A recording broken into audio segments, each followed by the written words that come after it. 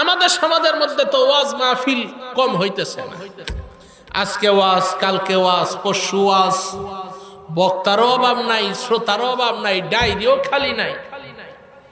এত ওয়াজ দিয়া কি হইতেছে? এই দেশের মধ্যে তো সুদখোরের সংখ্যা কমতেছে না। পিছনের বাইরে যেটা কথা কইবে না বুঝবেন ওইটা হেই দল, আর নাইলে বুঝবেন এটা বউয়ের কামাই খাওয়াই না। আমার ভাইরা কষ্ট পাইতেছেন আপনারা? এত ওয়াজ দিয়া কি হইতেছে ভাই? এই যে মসজিদ, মাশাআল্লাহ, মসজিদ তো এদিকে নাকি? আচ্ছা, এই মসজিদের মধ্যে তো ফজরের সময় মুসল্লি বাড়ে না, কমতাছে। কারণটা কি? আজকে শুক্রবার গেছে না, জুমার দিন গেছে না? জুমার দিন যে মুসল্লি পাইছেন, আজকে তো ফজরের নামাজও গেছে। ফজরের সময় এই মুসল্লিগুলা কি লন্ডনে ছিল, আমেরিকা ছিল, কই ছিল? তাইলে তো এই জায়গার মধ্যে জুমার সময় জুমার নামাজটা আপনার জন্য যেমন ভাই ফরজ ছিল, ফজরের নামাজটাও তো ফরজ ছিল আপনার। জুমার নামাজ পড়লেন, ফজরের নামাজ পড়লেন না, আবার আসরে নাই। এই রকম ওই সাপ্তাহিক নামাজি হইয়া তো ভাইজান আপনি আল্লাহর জান্নাতে প্রবেশ করবেন না। কথা কন ঠিক কি না? আমার ভাইরা কষ্ট হইতেছে তো। মূল কথাটা বলার উদ্দেশ্য হলো, আমরা যা শুনবো তা আমাদেরকে আমল করতে হবে, ঠিক কিনা বলেন? আমার ভাইরা, আজকের এই মাহফিলটা একটা মাদ্রাসার মাহফিল, ঠিক কিনা বলেন? এই মাদ্রাসার মধ্যে কি পড়ানো হয়? কোরআন পড়ানো হয়, ঠিক কিনা বলেন? এই মাদ্রাসার মধ্যে হাদিস পড়ানো হয়, এই মাদ্রাসার মধ্যে দ্বীনের তালিম দেওয়া হয়। এই কোরআনটা কার কিতাব? আল্লাহ তাআলা কোরআনুল কারীমের মধ্যে বলেন, এই কোরআন নাজিল করেছি আমি আল্লাহ, কোরআন হেফাজত করব আমি আল্লাহ। সুবহানাল্লাহ বলেন। আল্লাহ তাআলা বলেন, ইন্না নাহনু নাযালনা যিকরা ওয়া ইন্না লাহু লাহাফিযুন।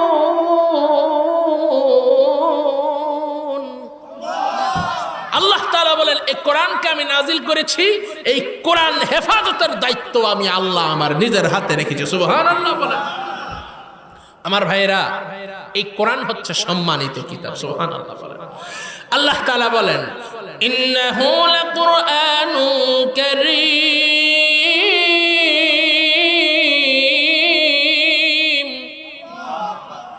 নাজিল করেছেন কে? কার পক্ষ থেকে নাজিল হয়েছে? তানজিলুম মির রাব্বিল আলামিন।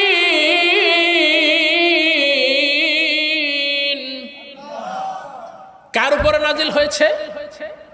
আমার আপনার নবী, নবীজি মুহাম্মদুর রাসূলুল্লাহ। সকলে পড়ুন সাল্লাল্লাহু, আবার পড়েন সাল্লাল্লাহু, আবার পড়েন সাল্লাল্লাহু আলাইহি ওয়া সাল্লাম। এই নবীর উপরে আল্লাহ তাআলা কোরআনকে নাজিল করেছেন, ঠিক কিনা বলেন? আমার ভাইরা, যারাই কোরআনের পক্ষে ছিল, যারাই কোরআনের সাথে ছিল, যারাই কোরআনের আন্দোলন করেছে, তাদের উপরেই জেল, জুলুম, অত্যাচার, নিপীড়ন এসেছে। কথা বলেন ঠিক কিনা? বিগত 16 বছরে আমরা দেখেছি, যারাই হকের পক্ষে ছিল, যারাই হকের উপর ছিল, যারাই ইসলামের সাথে ছিল, তাদের উপরে জেল, জুলুম, অত্যাচার এসেছে। আমার ভাইরা, কে জামাত ইসলাম করেন, কে বিএনপি করেন, ভেদাভেদ করবেন না। কারণ জামাত ইসলাম যেমনি ভাবে নির্যাতিত ছিল, বিএনপিও ঠিক তেমনি ভাবে নির্যাতিত ছিল। কথা বলেন ঠিক কিনা? গতকালকে আমার পাশে একজন অতিথি বসা ছিলেন, আমি বললাম যে ধরে ধরে মিথ্যা মামলার আসামিগুলো বানানো হয়েছে। সে বলেছে আমাকে পাশে পাশে, হুজুর আমার নামে 34টা মামলা রয়েছে, সব মিথ্যা মামলা। আল্লাহ তুমি আমাদেরকে এই জালেমের জুলুম থেকে হেফাজত করো, বলেন আমিন। আমার ভাইয়েরা, আমরা কি কোরআনের পক্ষে থাকবো না বিপক্ষে থাকবো? কারা কারা কোরআনের পক্ষে থাকবো? দুইটা হাত তোলেন তো, একটু হাতগুলো লাড়া দেন। ভালো লাগে না খারাপ লাগে? আমার ভাইরা, যারা কোরআনের পক্ষে থাকবো হাত নামান। আমার সাথে সাথে সবাই বলেন, যারা আমরা কোরআনের উপর থেকে মরতে চাই। কথা বলেন ঠিক কিনা? আমাদের মরণ যেন হয়, আমাদের মরণ যেন হয়, আমাদের মরণ যেন হয়, আমাদের মরণ যেন হয়। আল্লাহ আল্লাহ বলতে বলতে, নবীর প্রেমে চলতে চলতে, আল্লাহ আল্লাহ বলতে বলতে, নবীর প্রেমে চলতে চলতে, মরণ যেন হয় আমাদের, আমাদের মরণ যেন হয় আমাদের, হকের কথা বলতে গিয়ে, দিনের পথে চলতে গিয়ে, হকের কথা বলতে গিয়ে, দিনের পথে চলতে গিয়ে, মরণকালে কালেমা যেন নসিব হয় আমাদের, মরণ যেন হয় আমাদের, আমাদের মরণ যেন হয় আমাদের। লিল্লাহে তাকবীর। আমার ভাইরা, যারাই হকের উপরে ছিল, হকের আওয়াজ সমাজের মধ্যে দিয়েছে, দেশের মধ্যে দিয়েছে, তাদের অবস্থান হয়েছে জালিমের কারাগারে। কথা বলেন ঠিক কিনা? যেমন হকের পক্ষে থাকার কারণে আল্লামা সাঈদী রাহমাহুল্লাহ, দেলোয়ার হোসেন সাঈদী রহমাতুল্লাহ আলাইহি, তিনি 13টা বছর জালিমের কারাগারে ছিলেন। কথা বলেন ঠিক কিনা?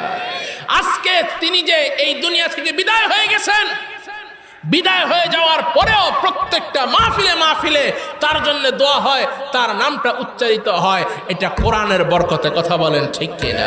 আমার ভাইরা, তিনি আজকে দুনিয়া থেকে বিদায় হয়েও আমাদের অন্তর রয়েছে। কথা বলেন ঠিক কিনা? আল্লামা সাঈদী তুমি মরনি, শহীদ হয়েছ তুমি এটাই জানি। আল্লামা সাঈদী তুমি মরনি, শহীদ হয়েছ তুমি এটাই জানি, শহীদ হয়েছ তুমি এটাই জানি। কথা বলেন ঠিক কিনা? কারাগারে কাটালে 13টি বছর, বাতিলকে বেছে তোমায় দেখে থর থর। কথা বলেন ঠিক কিনা? কারাগারে কাটালে 13টি বছর, বাতিলকে বেছে তোমায় দেখে থর থর। তুমি যে ছিলে মোদের নয়নমণি, শহীদ হয়েছ তুমি এটাই জানি, শহীদ হয়েছ তুমি এটাই জানি। কথা বলেন ঠিক কিনা? আল্লাহ তুমি তার কবরকে জান্নাতুল ফেরদাউসের টুকরা বানায় দাও। সকলে বলি আমিন। আমার ভাইরা, আমি আপনাদের সম্মুখে পবিত্র কোরআন কারীমের সূরা ইউসুফের কিছু আয়াতে কারিমা তেলাওয়াত করেছি। কষ্ট হইতেছে আপনাদের?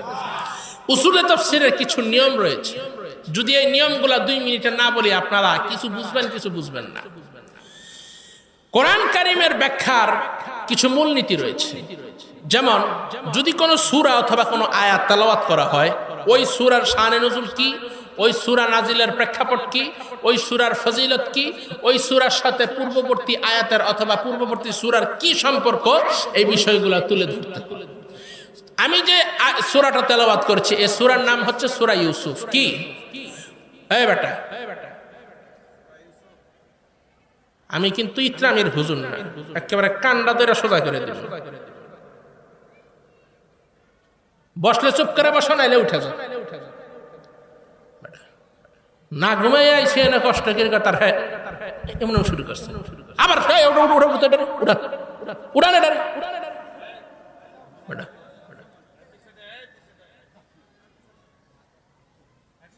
আমার মাঝে মাঝে মানে মেজাজ খারাপ হয়, যারা বুঝার লোক, যাদের বুঝা দরকার, মানা দরকার, এরা সামনে না এসে নাবালক নাবালক কোলাপান দিয়া থাকে। হ্যাঁ কি বুঝবো কোরআনের? আল্লাহ হেফাজত করেন, সকলে পড়ি আমিন। আমার ভাইরা, সূরা ইউসুফ এটা হচ্ছে কোরআন শরীফের 12 নম্বর পারার 12 নম্বর সূরা। কত নম্বর পারার? 12 নম্বর পারার 12 নম্বর সূরা। এই সূরাটা হচ্ছে মাক্কি সূরা। এটা আল্লাহ তাআলা রাসূল করিম সাল্লাল্লাহু আলাইহি ওয়াসাল্লাম যখন মক্কাতুল মুকাররমায় ছিলেন, আল্লাহ তাআলা তখন এই সূরা নাজিল করেছেন। সুবহানাল্লাহ। আমার ভাইরা, এই সূরার সাথে পূর্ববর্তী সূরার কি সম্পর্ক? সূরা হুদ যদি আপনি পড়েন তাহলে দেখবেন সূরা হুদের মধ্যে আল্লাহ তাআলা কয়েকজন নবীগণের জীবন ইতিহাসকে বর্ণনা করেছেন। আর সূরা ইউসুফ যদি আপনি খোলেন দেখবেন শুধু একজন নবীর জীবন ইতিহাস আল্লাহ বর্ণনা করেছেন। তার মানে কি বোঝা গেল? সূরা হুদের সাথে এবং সূরা ইউসুফের সাথে সম্পর্ক হচ্ছে নবীগণের জীবন ইতিহাস। ঠিক কিনা? সূরা ইউসুফের শানে নজুল কি? তাফসীরে রুহুল মাআনিতে ইমাম আলুসি, মাহমুদ আলুসি রহমাতুল্লাহি আলাইহি তিনি লেখেন, মক্কার কাফের মুশরিক বেঈমানেরা একদিন রাসূল করিম সাল্লাল্লাহু আলাইহি ওয়াসাল্লামের কাছে ইয়াকুব নবী এবং তার সন্তান হযরত ইউসুফ আলাইহিস সালাতু ওয়াস সালামের সম্পর্কে জানতে চেয়েছিলেন, তখন আল্লাহ এই সূরা নাযিল করেন। আরো শানে নজুল আছে, বললে অনেক সময় চলে যাবে। এই সূরার ফজিলত কি? যদি কোনো ব্যক্তি চায় সম্মানিত হতে, কি সম্মানিত হতে চাই না আমরা সবাই?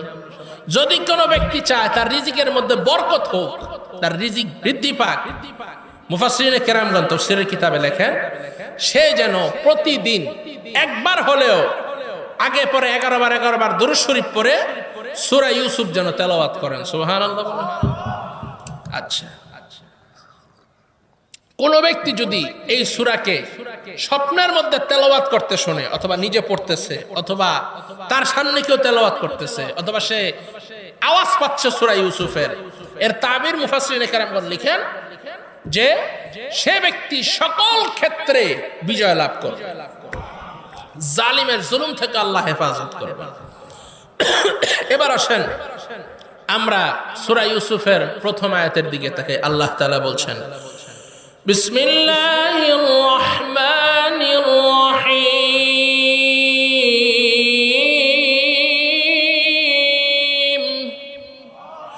আলিফ লাম রা, তিলকা আয়াতুল কিতাবিল মুবিন।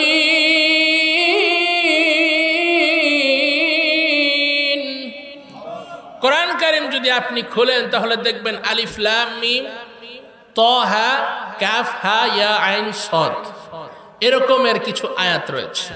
তাফসীরে জালালাইনের মধ্যে আল্লামা জালালউদ্দিন সুয়ুতি রাহিমাহুল্লাহ তিনি লিখেন, এর অর্থ কি? আল্লাহু আ'লামু বিমুরাদিহি বিযালিক, এর অর্থ, এর তরজমা জানেন কে? জোরে একটা ডাক দেন তো আল্লাহ বলে, আরো জোরে ডাক দেন আল্লাহ বলে। তিলকা আয়াতুল কিতাবিল মুবিন, এই যে আয়াতগুলো রয়েছে এই আয়াতগুলো সুস্পষ্ট কিতাব কোরআনেরই আয়াত। সুবহানাল্লাহ। আল্লাহ তাআলা বলছেন, ইন্না আনজালনাহু কুরআনান আরাবিয়্যা, আমি আল্লাহ তাআলা এই কোরআনকে আরবি ভাষায় নাজিল করেছি। কি ভাষায়? আরবির দাম আছে না নাই? আমরা যখন কবরে চলে যাব, কবরে যে 3টা প্রশ্ন হবে এগুলা মনে হয় হিন্দিতে হবে। তোমারা রব কোন হ্যায়? হ্যাঁ,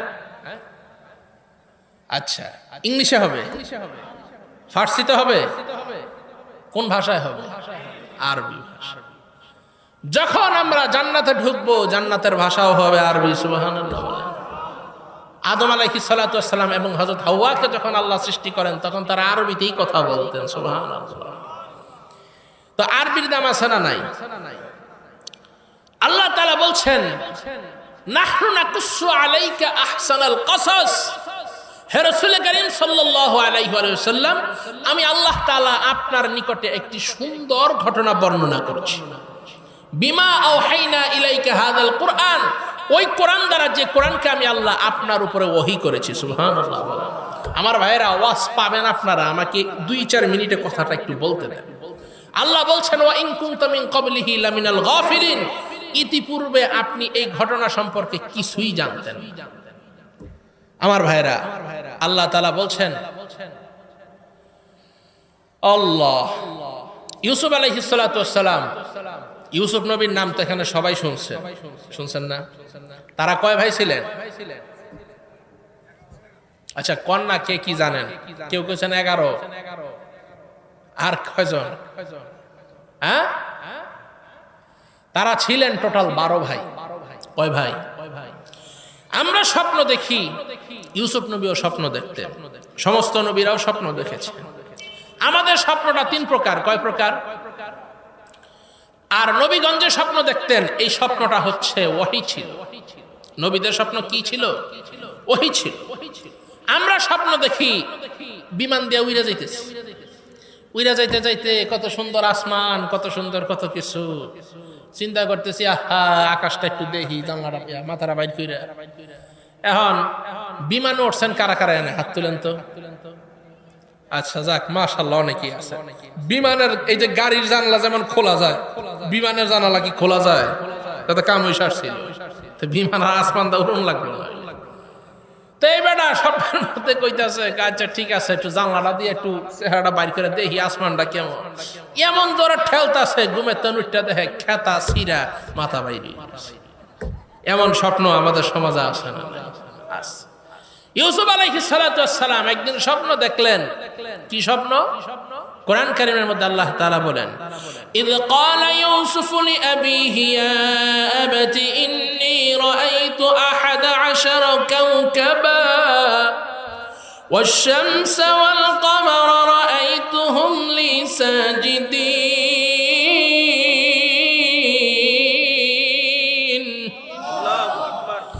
আমার ভাইরা, আমার বন্ধুগণ,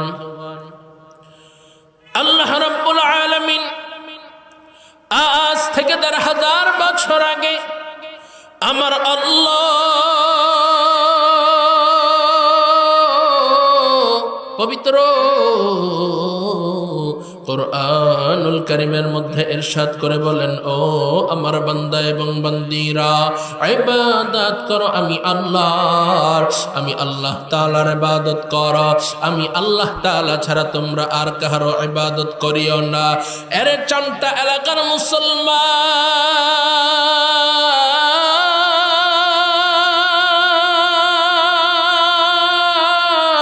ও মানিকগঞ্জ সদরের মুসলমান গো, ও পর্দার অন্তরালের মা বোনেরা, তোমাদের পায়ে হাত ধরে বলে যাই, মা গো, কারা গো তোমরা এখনো এদিক সেদিক ঘোরাঘুরি করতেছো? কারা গো তোমরা এখনো চায়ের দোকানে বসে আছো? মেহেরবানি করে অনুরোধ করে বলবো, এই মাহফিলের ময়দানে আইসা বইসা যাও। এই চামটা খাগড়াছড়ি জামিয়া মুহাম্মদিয়া ইসলামিয়া কওমি মাদ্রাসার মাহফিলে চইলা আসো। আমার ভাইরা, আমার মুসলমান বাবাজি,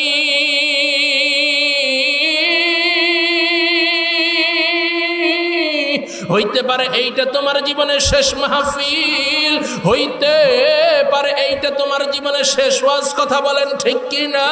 আমার ভাইরা, আমার বন্ধু, আমার আল্লাহ তাআলা বলেন, নবী গো আপনি স্মরণ করুন ওই সময়ের কথা গো। কোন সময়ের কথা? যখন ইউসুফ আলাইহিস সালাতু ওয়াস সালাম তার পিতাকে ডাক দিয়ে বলেন, আব্বা গো, আমি স্বপ্নের মধ্যে দেখেছি 11টা তারকা, চন্দ্র এবং সূর্য আমি ইউসুফকে সেজদা করতেছেন। আমার ভাইরা, আমার বন্ধু, কোনো আজগবি বানোয়াটি কোনো কিচ্ছা কাহিনী নয় রে বাবা, স্বয়ং আমার আল্লাহ তাআলা যেই কোরআনের এই ঘটনাকে আহসানুল কসস বলেছেন, এই ঘটনাকে স্বয়ং আমার আল্লাহ তাআলা পবিত্র কোরআনুল কারীমের মধ্যে নাযিল করেছেন। আমার ভাইরা, আমার বাবাজি গো, একটু দিলের কানটা লাগায় শুনবেন বাবা গো। আমার আল্লাহ তাআলা ডেকে বলেন, নবী গো আপনি স্মরণ করুন ওই সময়ের কথা গো, যেই সময় ইউসুফ আলাইহিস সালাতু ওয়াস সালাম তার পিতাকে ডাক দিয়া বলেন, আব্বা গো আমি স্বপ্নের মধ্যে দেখেছি 11টা তারকা, চন্দ্র এবং সূর্য আমি ইউসুফকে সেজদা করতেছেন। বলেন সুবহানাল্লাহ। আমার মুসলমান ভাইরা রে, এই কথাটা শোনার পরে ইয়াকুব নবী ডাক দিয়া বলেন, সন্তান রে, খবরদার খবরদার, তুমি এই স্বপ্নের কথাটা তোমার ভাইদের নিকটে বর্ণনা করিও না। তুমি যদি তোমার এই স্বপ্নের কথাটা তোমার ভাইদের নিকটে বর্ণনা করো, ফায়াকিদু লাকা কাইদা, তাহলে তারা তোমার বিরুদ্ধে ষড়যন্ত্র করবে। আমার মুসলমান বাবাজিরা রে, ইউসুফ আলাইহিস সালাতু ওয়াস সালামকে ইয়াকুব নবী সান্ত্বনা দিলেন, সন্তান রে, আল্লাহ তাআলা তোমাকে মনোনীত করবেন, আমার আল্লাহ তাআলা তোমাকে নবুয়ত দান করবেন, এবং আমার আল্লাহ তাআলা তোমাকে স্বপ্নের ব্যাখ্যা শিক্ষা দিবেন। সুবহানাল্লাহ বলেন। ইয়াকুব নবী সন্তান ইউসুফের কি বললেন? তোমার এই স্বপ্নের কথাটা তুমি তোমার ভাইদের কাছে বইলো না, কারণ যেহেতু তারা নবী হবে না, কিন্তু নবীর বংশের সন্তান। তো কি কন ভাই, ইয়াকুব নবী নবী না, তার সন্তান ইউসুফ নবী, কিন্তু বাকি যে 11 ভাই তারা তো কেউ নবী না, কিন্তু নবীর বংশের সন্তান। তো নবীর সন্তান, তো তারা বুঝা ফেলবে এই স্বপ্নটা অত্যন্ত বরকতপূর্ণ স্বপ্ন। আমার ভাইরা, কষ্ট হইতেছে আপনার? খারাপ লাগতেছে? যদি আর 30 মিনিট থাকবেন তো আপনারা? আপনারা যদি থাকেন আমি আছি, আপনি থাকেন সারা। আমার ভাইরা সবাই বলেন আল্লাহু আকবার। ইয়াকুব নবী বললেন, ইউসুফ রে, স্বপ্নের কথাটা কিন্তু ভাইয়ের কাছে বলিস না। কিন্তু যতই গোপন করার চেষ্টা করলো, কোনো না কোনো ভাবে সংবাদ লিক হয়ে ভাইদের কানে চলে গেল। আমার ভাইরা, ইয়াকুব নবীর সন্তান ছিল কয়জন? 12 জন। 12 জন সন্তানের মধ্যে সবচাইতে বেশি পছন্দ করত, ভালোবাসত ইয়াকুব নবী নিজের ছেলে ইউসুফ এবং বিনিয়ামিন। কাকে? ইউসুফ আলাইহিস সালাম এবং তার আপন ভাই বিনিয়ামিনকে। তাফসীরের কিতাবের মধ্যে এসেছে ইউসুফ আলাইহিস সালামকে বেশি মুহাব্বত করতেন তার 3টা কারণ। কয়টা কারণ? যুবক ভাইরা এখানে বসেন, আপনারা একটু হাবা না কইলে আমার মনটা একটু খুশি। আপনারা একটু হাবা না কইতেন না ভাই? আমি কিন্তু বাউল সম্রাট। হ্যাঁ, ওই যে এক ও কয়ে টান দিমু আমার লগে আপনারাও বউ হয়ে যাইবেন গা, এনে কিন্তু হেত্যা করতে বসি। যদি আপনারা একটু কথাবার্তি কন, আপনারাও তরুণ আমিও তরুণ, আজকে ওয়াজ হবে, দারুণ তথ্য দেব, নতুন কথা কন, ঠিক কিনা? তো যুবক ভাই আপনারা যদি থাকেন ভাই, আমি একটু আনন্দ পাবো জানা আমার কলিজার টুকরা ভাইরা এখানে আছে, কথা কন, ঠিক কিনা? খারাপ লাগতেছে আপনাদের? সবচাইতে বেশি ইয়াকুব নবী মুহাব্বত করতেন ইউসুফ আলাইহিস সালামকে। এর 3টা কারণ। কয়টা কারণ?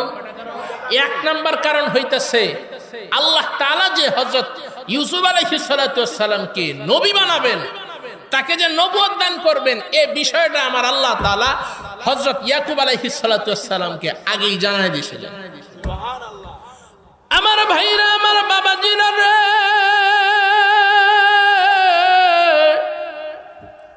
ইয়াকুব নবী তখন ছিলেন সিরিয়ার মধ্যে। কোথায় ছিলেন? সিরিয়ার মধ্যে ছিলেন। ইউসুফ আলাইহিস সালাম ছিলেন তার মায়ের গর্ভের মধ্যে। আমার মুসলমান ভাইরা রে, ইয়াকুব আলাইহিস সালামকে একদিন স্বপ্নের মধ্যে ডাক দিয়া বলেন, ও নবী ইয়াকুব, আপনার ঔরসের মধ্যে এমন একজন সন্তানের জন্ম হবে, যেই সন্তানকে আমার আল্লাহ নবুয়ত দান করবে। আমার ভাইরা, আমার বাবাজিরা রে, 1 নাম্বার কারণ হইল আমার আল্লাহ তাআলা হযরত ইউসুফকে যে নবী বানাবেন, এইটা আল্লাহ তাআলা ইয়াকুব নবীকে আগেই জানাইছিলেন। 2 নাম্বার কারণ হইল, ও চামটা এলাকার মুসলমান, ও মানিকগঞ্জ সদর থানার মুসলমান, জোরে আওয়াজ করে বলবেন এবং বুঝে শুনে উত্তর দিবেন, যত নবী এবং রাসূলকে আমার আল্লাহ তাআলা সৃষ্টি করেছেন, যত নবী এবং রাসূলকে আমার আল্লাহ তাআলা দুনিয়াতে প্রেরণ করেছেন, সমস্ত নবীরাই সুন্দর ছিলেন। কথাগণ ঠিক কিনা? তাদের মধ্যে একটু বেশি স্পেশালিটি আল্লাহ তাআলা হযরত ইউসুফ আলাইহিস সালামকে দিয়েছিলেন। এবার শোনেন ইউসুফ নবী কেমন সুন্দর ছিলেন, পার্ট বাই পার্ট বলতেছি। আল্লাহর আখেরি নবী, সকলে পড়ুন সাল্লাল্লাহু আলাইহি ওয়াসাল্লাম, ইরশাদ করে বলেন, মেরাজের রজনীতে আমি যখন 4র্থ আসমানে যাই। কত নম্বর আসমানে? 4র্থ নম্বর আসমানে যখন আল্লাহর নবী যান, আমাদের নবীজি যান, সেইখানে আল্লাহর নবীর সাথে, আমাদের নবীজির সাথে ইউসুফ আলাইহিস সালামের দেখা। আল্লাহ নবী ইরশাদ করে বলেন, আমার ভাই ইউসুফকে আল্লাহ তাআলা অর্ধেক সৌন্দর্য এই পৃথিবীর দান করেছেন। ও মানিকগঞ্জের মানুষ, জোরে আওয়াজ করে বলবেন, ইউসুফ নবী যে এত সুন্দর ছিলেন, অর্ধেক সৌন্দর্য আল্লাহ তাআলা দুনিয়ার অর্ধেক সৌন্দর্য ইউসুফ নবীরে দান করেছেন। আজ পর্যন্ত এমন একটা ইতিহাস আছে যে ইউসুফ নবীর চেহারা দেখে কেউ কালেমা পড়ে মুসলমান হয়েছে? কথা কন। অথচ আমার আপনার নবীর সিরাত দেখে, আমার আপনার নবীর সুরত দেখে, আমার আপনার নবীর জীবনী শুনে, আমার আপনার নবীর জীবনী পড়ে, আমার আপনার নবীর এই উপরে নাজিল হচ্ছে এই কোরআন পড়ে, কোরআন শুনে অসংখ্য কাফের মুশরিক বেঈমানেরা মুসলমান হয়েছে, এখনো হচ্ছে, কিয়ামত পর্যন্ত হবে। কথা বলেন ঠিক কিনা? আমার ভাইরা, সমস্ত নবীরাই সুন্দর ছিলেন, ইউসুফ আলাইহিস সালাতু ওয়াস সালাম সুন্দর ছিলেন, এতে কোনো সন্দেহ আছে? ও মানিকগঞ্জের বাবারা, জোরে আওয়াজ করে বলবেন, ইউসুফ আলাইহিস সালাতু ওয়াস সালাম তিনি বেশি সুন্দর ছিলেন নাকি আমার আপনার নবী মুহাম্মদুর রাসূলুল্লাহ সকলেই পড়েন সাল্লাল্লাহু আলাইহি সাল্লাম তিনি বেশি সুন্দর ছিলেন? আমাদের নবী কেমন সুন্দর ছিলেন বলবো? ওই নবীর শান দিয়েছেন কে? ওই নবীর ইজ্জত দিয়েছেন কে? ওই নবীকে আখেরি নবী বানিয়েছেন কে? ওই নবীকে সাইয়্যিদুল মুরসালিন বানিয়েছেন কে? ওই নবীর বিরুদ্ধে যদি এই দেশের মধ্যে কেউ কোনো কথা বলে, নবীর বিরুদ্ধে কেউ যদি কোনো কথা বলে, নবীর সুরতের বিরুদ্ধে, সিরাতের বিরুদ্ধে, আমার নবীর সাথে যদি কেউ দুশমনি করে, আমরা কারা কারা প্রতিহত করতে রাজি আছি, দুহাত তুলে দেখায় দে। লিল্লাহি তাকবীর, লিল্লাহি তাকবীর। ইসলামের শত্রুরা হুঁশিয়ার, সাবধান। আমার ভাইরা, খারাপ লাগতেছে আপনাদের? আল্লাহ তাআলা কোরআনুল কারীমের মধ্যে বলেন, ওয়ারাফা'না লাকা যিকরাক, হাবিব আমার, আমি আল্লাহ তাআলা আপনার শান এবং মানকে উঁচা করেছি। সুবহানাল্লাহ বলেন। আল্লাহ তাআলা আমার আপনার শান, আমার নবীর শানে, আল্লাহ তাআলা আমার আপনার নবীর শানে কোরআন কারীমের মধ্যে আয়াত নাজিল করে বলেন, ওয়ামা আরসালনাকা ইল্লা রাহমাতাল লিল আলামিন। আল্লাহু আকবার বলেন। রাহমাতুল লিল আলামিন নবী বলেন, রাহমাতুল লিল আলামিন নবী কোরআনে প্রমাণ, উম্মত বিনে কে বুঝিবে আমার দয়াল নবীর শান, আশিক বিনে কে বুঝিবে আমার মায়ার নবীর শান। কথা বলেন ঠিক কিনা? নবী আমার মদিনার হে বুলবুল,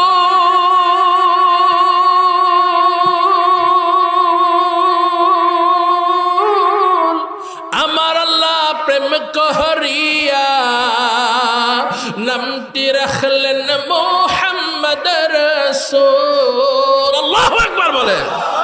নবী আমার মদিনার হে বুলবুল,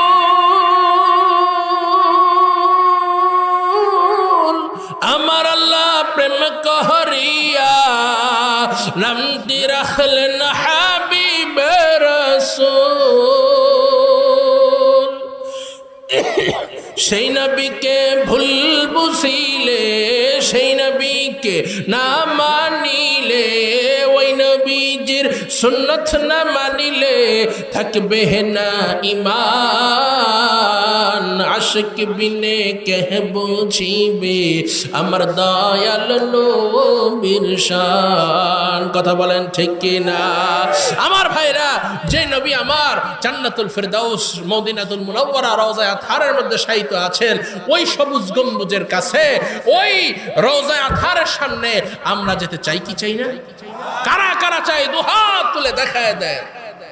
আল্লাহ তুমি আমাদেরকে তোমার হাবিব নবীজি মুহাম্মদ সাল্লাল্লাহু আলাইহি ওয়াসাল্লামের রওজায়ে আতহারের সামনে এবং তোমার ঘর বাইতুল্লাহর সামনে যাওয়ার তৌফিক দাও, সকলে পড়ি আমিন।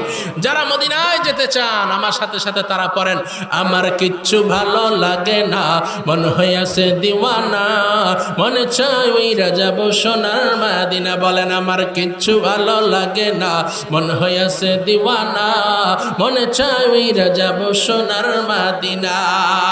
আমার যদি থাকতো না ওইরা গিয়া করতাম দেখা, আমার যদি থাকতো না ওইরা গিয়া করতাম দেখা, টাকা করি নাই কো আমার যাইতে পারলাম না, আমার কিচ্ছু ভালো লাগে না, মন হইয়াছে দিওয়ানা, মনে চায় ওইরা যাব সোনার মদিনা। বলেন আমিন।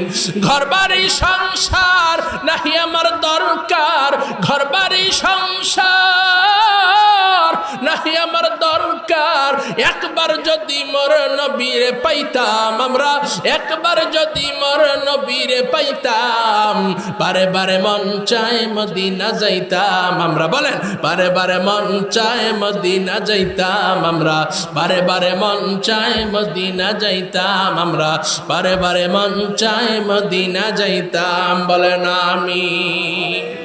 আমার ভাইরা, আমার বাবাজিরা রে, কেমন নবীর উম্মত আমার আল্লাহ বানাইলেন। আরে মুসলমান বাবাজিরা রে, কেমন সুন্দর নবীর উম্মত আমার আল্লাহ বানাইলো। ও মানিকগঞ্জের বাবারা রে, ও পর্দার অন্তরালের মা গো, দিলের কানটা লাগায় শোনো। ওই নবীর মায়া কেন আজকে যুবক তোর মনের মধ্যে ঢুকে না রে? ওই নবীর জন্য কেন আজকে মোহাব্বত তোমার আমার দিলের মধ্যে নাই? আরে মানিকগঞ্জের যুবক বাবারা রে, কিসের মায়ার মধ্যে আজকে তুমি পড়লা? তোমার কি একটু মায়া হয় না নবীর জন্য? তোমার দিলের মধ্যে কি একটু কবরের জন্য ভয় ঢুকে না? তোমার দিলের মধ্যে কি একটু আমার আল্লাহর ভয় ঢুকে না? আমার মুসলমান ভাইরা রে, কত যুবক দুনিয়া থেকে বিদায় হয়ে যায়, কত যুবক বয়সে কবরের মধ্যে চইলা গেল, কত যুবক তোমার আমার মতো ওই অন্ধকার কবরে চইলা গেছেন, ওই রাস্তার মধ্যে অ্যাক্সিডেন্ট হয়ে পইরা রইছে। এমন কোনো দিন নাই গো যেই দিন যুবকের মরণের খবর আমাদের পত্রিকার মধ্যে না আসে, ফেসবুকের মধ্যে না আসে, মাইকের মধ্যে ইন্নানিল্লার আওয়াজ না আসে। কিন্তু রে যুবক ভাই, তোমার পায়ে হাত ধরে বলে যাই, বাবা রে, আমার আল্লাহর ভয় দিলের মধ্যে ঢুকাও, আমার আল্লাহকে ভয় করো, ওই অন্ধকার কবরের কথা স্মরণ করো। কেমন নবীর উম্মত আমার আল্লাহ বানাইলো, ওই নবীরে বাসকে বাদ দিয়া, ওই নবীর মায়া আজকে তোমার আমার অন্তরে নাই। ওই নবীর মায়া যদি তোমার আমার অন্তরে থাকতো, আজকে তুমি আর আমি গুনাহ করতে পারতাম না। ওই নবী তোমার আমার জন্য এত কষ্ট করলো রে বাবা। ও মানিকগঞ্জের বাবারা, ও পর্দার অন্তরালের মা বোনেরা, কেন আপনি আজকে নামাজ পড়বেন না? কেন আপনি আজকে স্বামীর খেদমত করবেন না? কেন আপনি আজকে নিজের সন্তানকে কোরআনের শিক্ষা দিবেন না? কেন আপনি এই জামিয়া মুহাম্মদিয়া মাদ্রাসায় সন্তানকে পড়াবেন না? ও পর্দার অন্তরালের মা গো, দেখো তোমার আমার মধ্যে কেমন নবীর মোহাব্বত, আর সাহাবায়ে কেরামের মধ্যে কেমন ছিল নবীর মোহাব্বত। আজকে তোমার আমার অন্তরের মধ্যে নবীর ভালোবাসা নাই, কিন্তু সাহাবায়ে কেরামের মধ্যে ছিল সত্যিকার অর্থে নবীর প্রেম। কথা কোন ঠিক কিনা?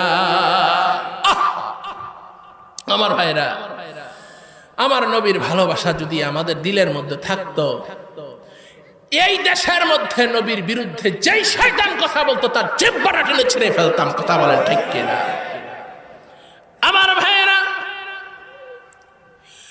দিলের কান্ডা লাগায় শুনবেন গো, এত সুন্দর আয়োজন দেখেন নবীর মোহাব্বতে, আল্লাহর মোহাব্বতে, দ্বীনের মোহাব্বতে, কোরআনের মোহাব্বতে একটা ফোঁটা চোখের পানি একটু এই ময়দানে বৈশা ফালাইতে পারেন কিনা? আমার দিল বলতেছে, ভাই গো, আজকের মাহফিলের দোয়া আমার আল্লাহ ফেরত দিবেন না। আমার ভাইরা, এই জায়গার মধ্যে মদিনায় গেছেন কারা কারা? একটু হাত তোলেন তো। মাশাআল্লাহ, হাত নামা। দেখেন